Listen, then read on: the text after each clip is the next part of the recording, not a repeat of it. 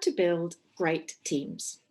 And my name is Penny Eccles, and here is my series of leadership tips. Now, in this edition, I want to talk about the best teams that I've ever been part of or have been fortunate enough to lead. And there's always been a common theme. Everybody in that team has had a real sense of trust and a sense of purpose. Now, I'd recommend that you read Simon Sinek's Start With Why, because there's a lovely story in here. And he talks about Ernest Shackleton, who early in the 20th century, he and his crew set out to explore the Antarctic. And it was quite a treacherous journey. Him and his crew went out there, and before long they found themselves embedded in lots of ice, which eventually crushed the ship. But amazingly, for its time, everybody in the crew survived.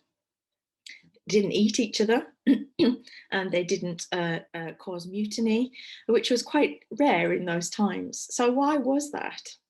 And it wasn't just the fact that Shackleton was a great leader, which of course I'm sure he was, but there was something to do with the team that he helped to create.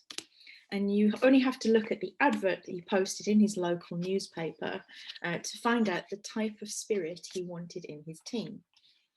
The advert read, "Men wanted for hazardous journey, small wages, bitter cold, long months of complete darkness, constant danger, safe return doubtful, honour and recognition in case of success."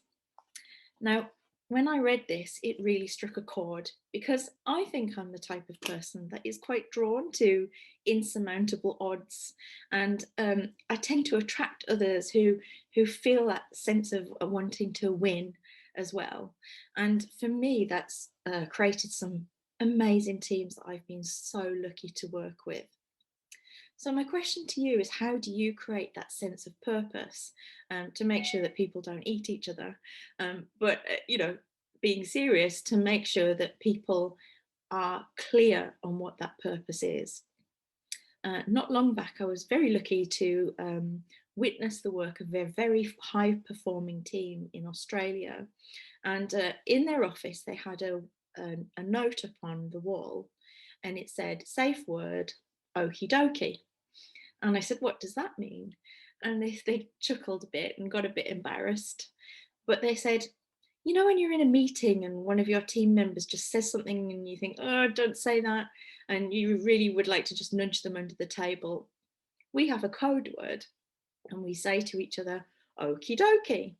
And that means that we should just be quiet now. And we've set out to achieve what we wanted to achieve, and we leave it there.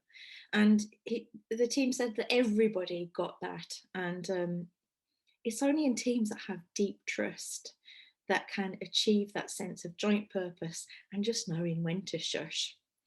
So my leadership tip today is build a great team, communicate your sense of purpose.